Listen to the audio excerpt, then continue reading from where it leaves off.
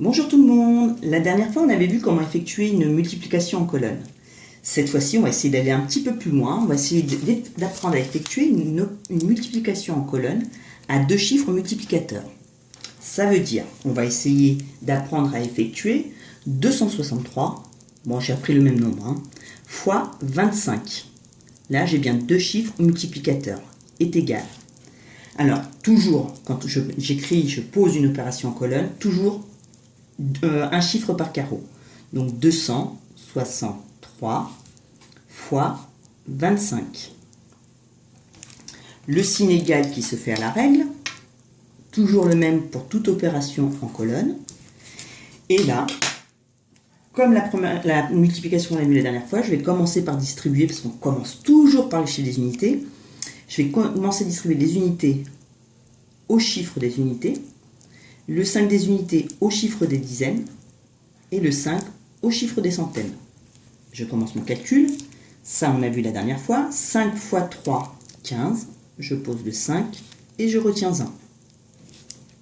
5 fois 6, 30. 30 plus la retenue. Donc ça fait 30 plus 1, 31. Je pose le 1 et je retiens 3.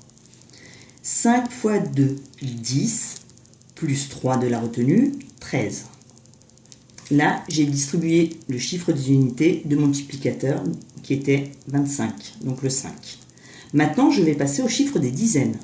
Et bien, c'est le même principe. Je vais distribuer mon 2 des dizaines au 3. Je vais le distribuer au 6 et je vais le distribuer au 2. Le 2, dans 25, c'est une dizaine. Ce sont deux dizaines. Donc, ça revient à multiplier par 20. Donc, ça veut dire que j'aurai forcément un 0 d'abord. Ensuite, 2 fois 3, 6. 2 fois 6, 12. Je pose le 2 et je retiens 1. Je ne ferai plus attention à ces retenues, je les ai déjà utilisées. 2 fois 2, 4. Plus le 1, 5. Une fois que j'ai tout multiplié, mes unités tout comme mes dizaines, il ne me reste plus qu'à additionner ces deux résultats obtenus.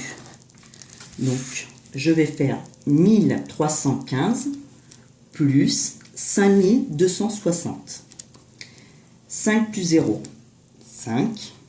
1 plus 6, 7. 3 plus 2, 5. 1 plus 5, 6. Voilà. Donc, ça veut dire que 263 multiplié par 25 est égal à 6575. J'espère que j'ai été clair, que vous avez bien compris comment on effectue une multiplication à deux chiffres multiplicateurs. Sinon, à nouveau, vous pouvez revisionner cette vidéo. Et je vous souhaite plein de belles choses. Au revoir.